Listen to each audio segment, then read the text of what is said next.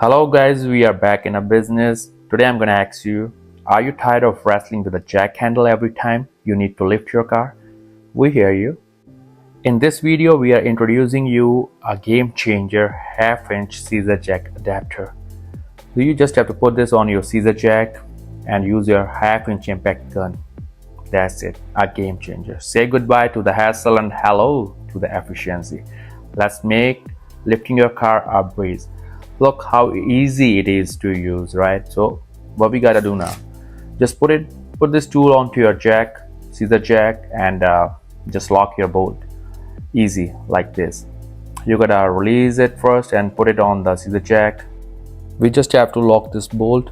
So we're gonna stick the crush washer on and the flat washer on and just lock the bolt. Just go with the hand tie. You don't need any tool, any wrench. Just go with your hand tight and let it be. It's easy. And now you gotta use your half-inch impact gun to lift it up, always clockwise. Look how easy it is. Will go up like a breeze. This scissor jack adapter is really helpful tool, guys, especially when you're at risk and you don't want to waste time. Guys, at last I would like to add something. Don't give up. Great things take time. Let's work together and achieve greatness.